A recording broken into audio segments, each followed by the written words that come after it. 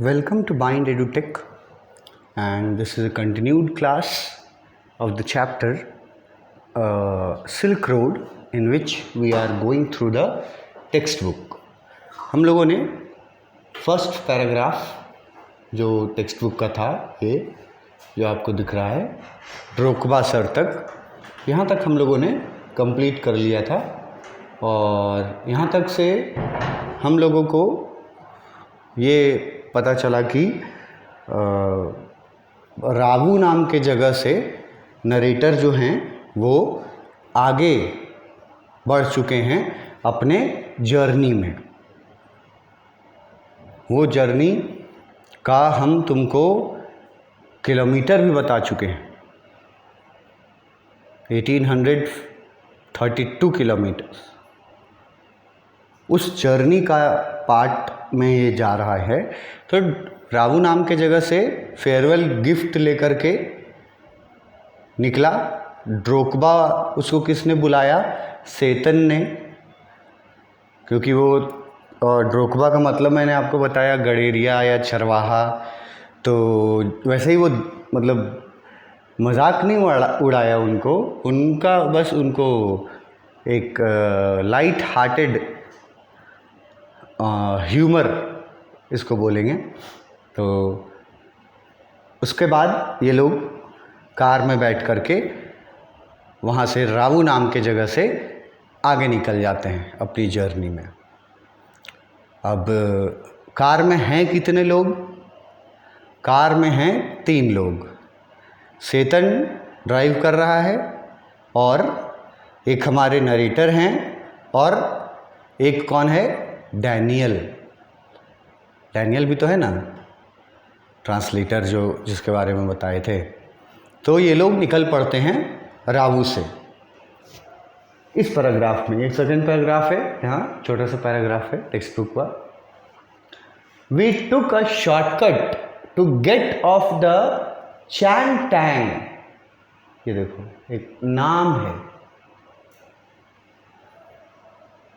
जैसे लासा नाम हुआ तिब्बत में, वैसे जैसे रावू एक नाम हुआ जगह का, वैसे ही चैंगटैंग ये जगह है, जगह का नाम है। और वो लोग चैंगटैंग से निकलने के लिए एक शॉर्टकट लेते हैं। लिखा हुआ है we took a shortcut to get off the Changtang. Changtang नाम के जगह से आगे बढ़ने के लिए, मतलब वहाँ से और दूर निकलने के लिए वो लोग, मतलब सेतन ड्राइवर जो है वो एक शॉर्टकट लेता है। ये शॉर्टकट वाली बात याद रखना, किस जगह से लेता है। शॉर्टकट लेता है। Satan knew a route that would take us southwest. सेतन जो है वो वहाँ से शॉर्टकट लेता है। क्यों लेता है? क्योंकि वो एक ऐसा रास्ता जानता था जो साउथ वेस्ट की तरफ जाएगा। East west north south, south west की तरफ एक ऐसा शॉर्टकट रास्ता जानता है, एक ऐसा रूट जो उनको साउथ वेस्ट की तरफ ले जाएगा। और साउथ वेस्ट की तरफ वो उस रूट से जाएंगे तो लिखा है almost directly towards mount Kailash. और उस शॉर्टकट को लेकर के साउथ वेस्ट रूट से वो लगभग, ऑलमोस्ट लिखा है, लगभग सीधा सीधे वो माउंट कैलाश तक पहुंच जाएंगे। शॉर्टकट कहाँ से? किस चीज़ को पार करने के लिए? चैंगटैंग को पार करने के लिए। किस दिशा में? साउथ वेस्ट दिशा में। और साउथ वेस्ट दिशा से वो कहाँ पहुँच जाएंगे? सीधा almost near the mount Kailash. ये रास्ता, शॉर्टकट सेतन जानता था। सेतन ड्राइवर, उसका काम ही ये था, प्रोफेशनल था, सेतन जानता था ये शॉर्टकट, और इसी शॉर्टकट से सेतन निकला।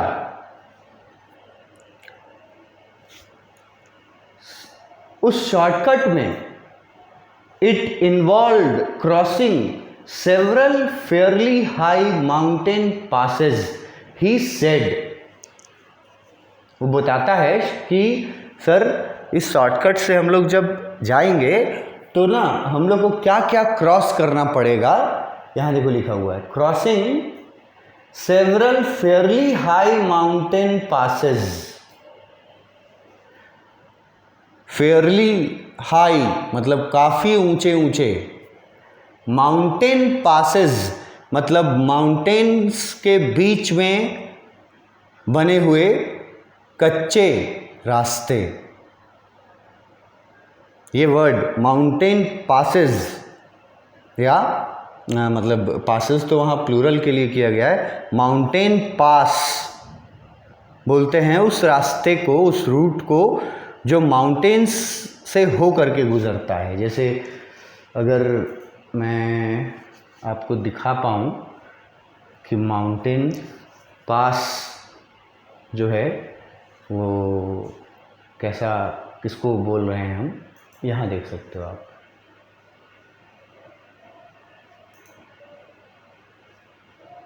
यहाँ देखोगे आपको मतलब कि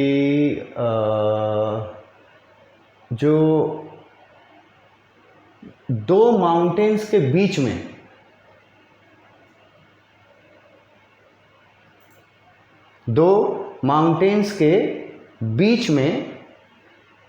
या दो माउंटेन्स के बिटवीन कहीं भी अगर कोई पथरीला या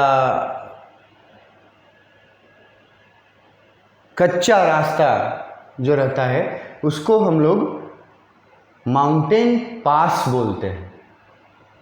ये वर्ड माउंटेन पास, तो माउंटेन पास यहाँ सेवरल लिखा है मतलब बहुत सारे, तो इसीलिए पासेस लिखा है। हिंदी में ना इसको बोलते हैं पहाड़ी दर्रा। जो लोग हिंदी मीडियम से होंगे वो पहाड़ के बीच से या पहाड़ से होते हुए जो रास्ता जाता है उसी को पहाड़ी दर्रा बोलते हैं। उसको यहाँ माउंटेन पास बोला गया है। तो सेतन जो शॉर्टकट लिया था उसमें सेतन बताता है कि इस शॉर्टकट में हमें बहुत सारे और काफ़ी ऊंचे ऊंचे माउंटेन पासेस को क्रॉस करना होगा।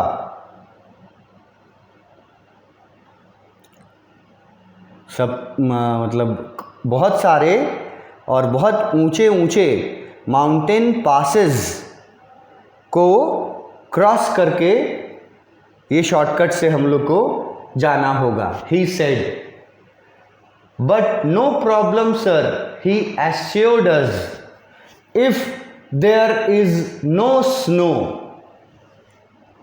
लेकिन वो बोलता है कि सर कोई प्रॉब्लम वाली बात नहीं है,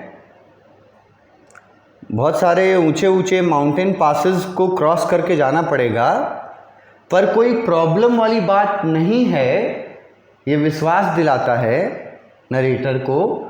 लेकिन साथ में एक क्लॉज जोड़ देता है, टर्म कंडीशन जोड़ देता है कि सर हम जिस शॉर्टकट से जा रहे हैं, ठीक है, साउथ वेस्ट होकर के, जहाँ से हम लोग ऑलमोस्ट डायरेक्टली माउंट कैलाश निकलेंगे, साउथ वेस्ट डायरेक्शन याद रखना, चैंग टैंग वर्ड याद रखना।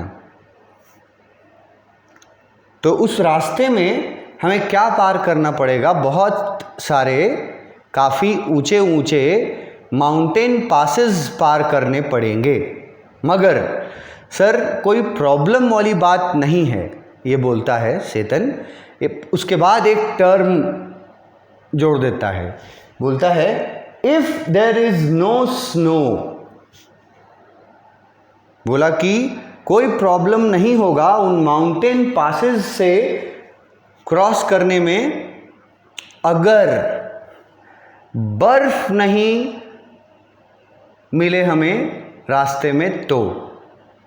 If there is no snow, मतलब कि अगर रास्ते में बर्फ नहीं मिले तो फिर हम लोग को कोई प्रॉब्लम नहीं होगा माउंटेन पासेस को पार करके शॉर्टकट से हम लोग माउंट कैलाश के काफ़ी नज़दीक तक, मतलब दार्चेन जहाँ उनको जाना था उससे नज़दीक पहुँच जाएंगे।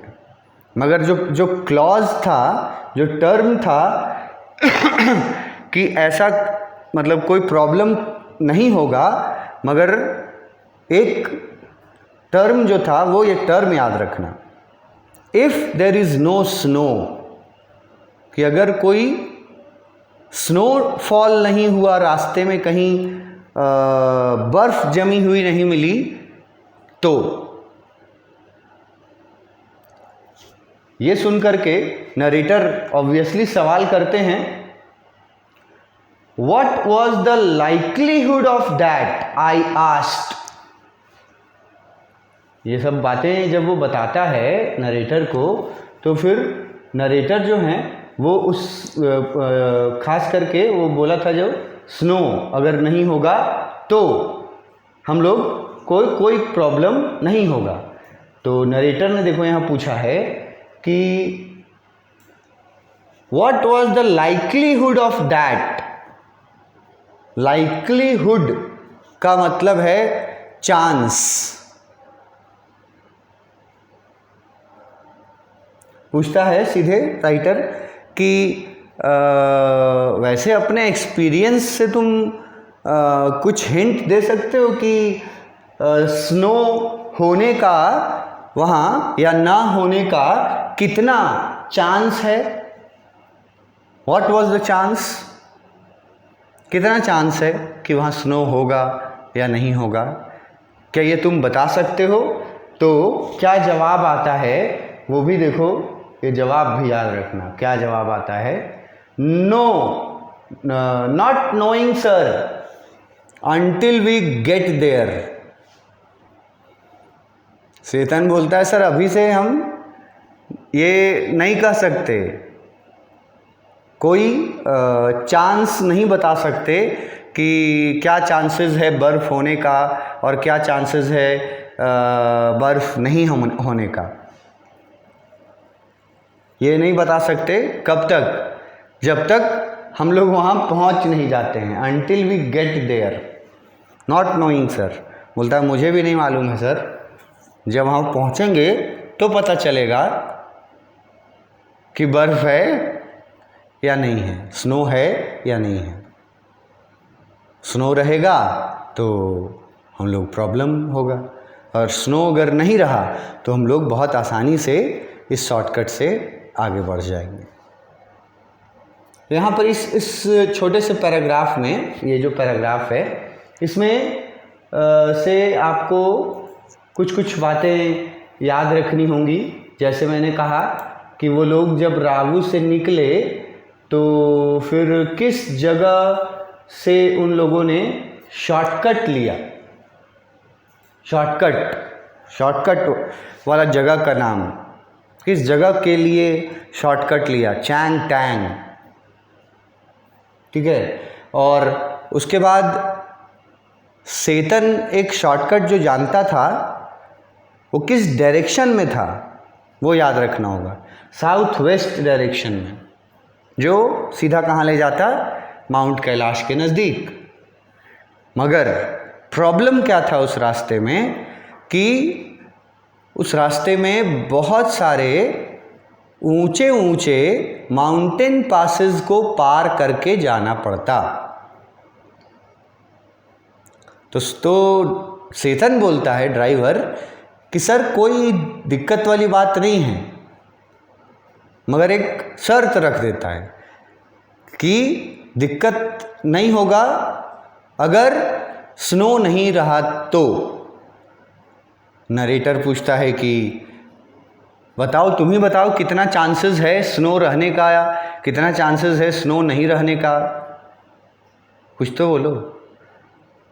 तो इसका जवाब में चेतन सीधा सीधा मुकर जाता है, बोलता है नॉट नोइंग सर, बोलता है कि सर हम नहीं जानते हैं कि बर्फ होगा कि नहीं, अनटिल वी गेट देयर,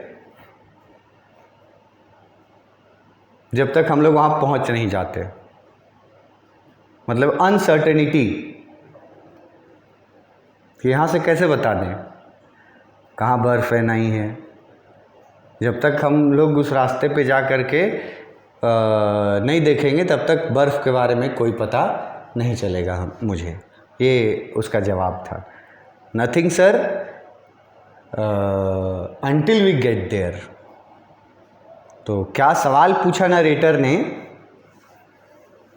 उन माउंटेन पासेस के बारे में बताया, जब शॉर्ट माउंटेन पासेस कहाँ क्यों पार करना पड़ रहा था इनको, क्योंकि शॉर्टकट चेतन एक जानता था साउथ वेस्ट डायरेक्शन से, जो शॉर्टकट था उसमें बहुत सारे माउंटेन पासेस पार करने पड़ते और खतरा सिर्फ था स्नो का। लेखक पूछता है कि कितना परसेंटेज है पॉसिबिलिटी बताओ। चेतन से पूछता है लेखक कि पॉसिबिलिटी कुछ तो बताओ कि बर्फ़ रहेगा कि नहीं। तो चेतन का आंसर जो है वो भी बहुत अच्छा है, not knowing sir until we get there, जब तक हम लोग वहाँ नहीं पहुँचेंगे तब तक हम यहाँ से कुछ नहीं बता सकते।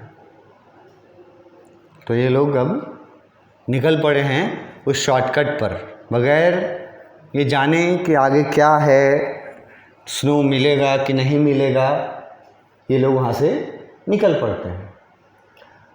रावू, अब ये है हमारा थर्ड पैराग्राफ, उससे आगे, from the gently rolling hills of Rawu the shortcut took us.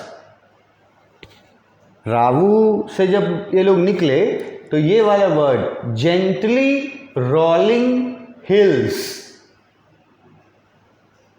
Gently rolling hills का मतलब हुआ कि एक चढ़ाई और ढलान होता है ना,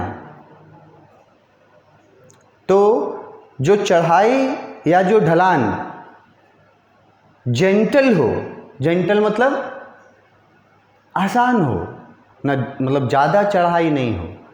अब ज़्यादा चढ़ाई नहीं रहेगा तो ज़्यादा ढलान भी नहीं रहेगा। तो जेंटल रोलिंग का मतलब है कि न ज़्यादा चढ़ान है न ज़्यादा ढलान है। ऐसे हिल्स को क्रॉस करके वो लोग, वो शॉर्टकट जो था वो उन लोगों को कहाँ लेके पहुँचा, इसके आगे मतलब क्या मिला उन लोगों को, उन जेंटली रोलिंग हिल्स को क्रॉस करके शॉर्टकट कहाँ ले गया उनको। तो यहाँ देखो ये इम्पॉर्टेंट है, अक्रॉस वास्ट ओपन प्लेन्स, कहाँ ले गया शॉर्टकट उनको, वास्ट मतलब बहुत बड़े बड़े, ओपन खुले हुए, प्लेन्स मतलब मैदान, वास्ट ओपन प्लेन्स, वहाँ देखो साफ साफ लिखा हुआ है। वास्ट मतलब बड़ा साइज का, ओपन मतलब खुला हुआ, और प्लेन्स मतलब है मैदान, ग्राउंड। तो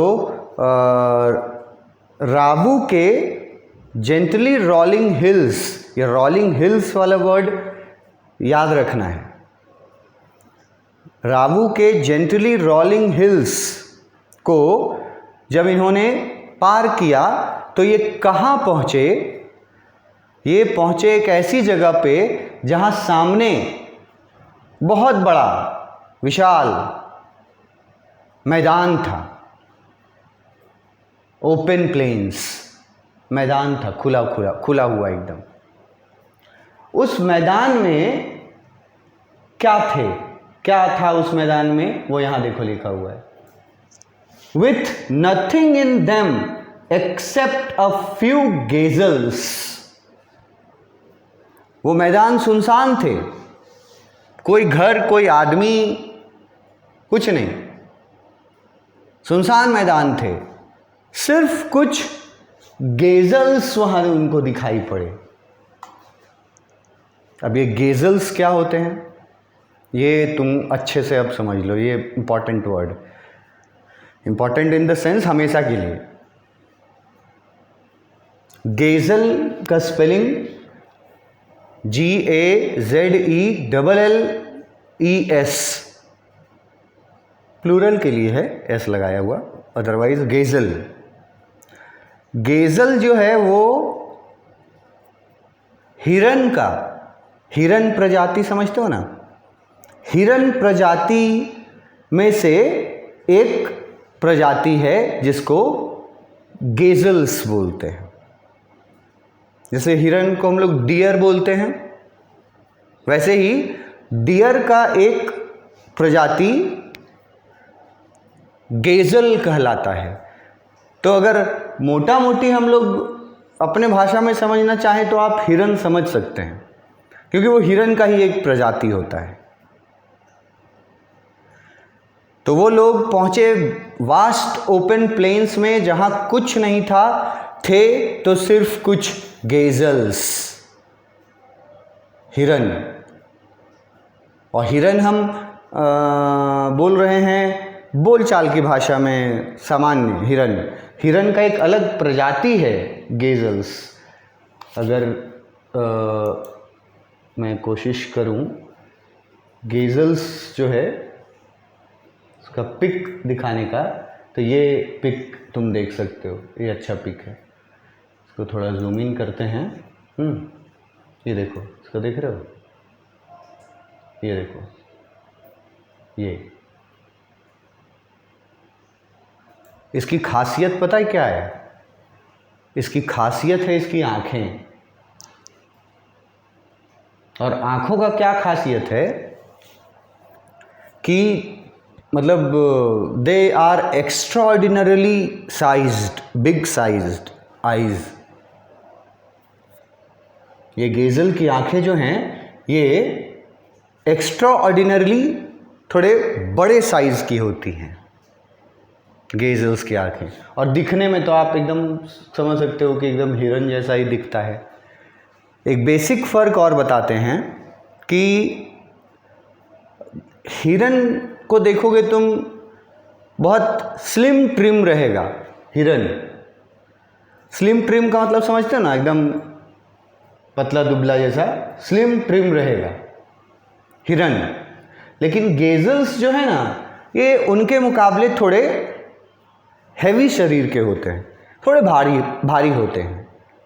लेकिन जिस तरह से हिरन का स्पीड है दौड़ने का, गेजल्स का भी स्पीड काफ़ी अच्छा है दौड़ने का।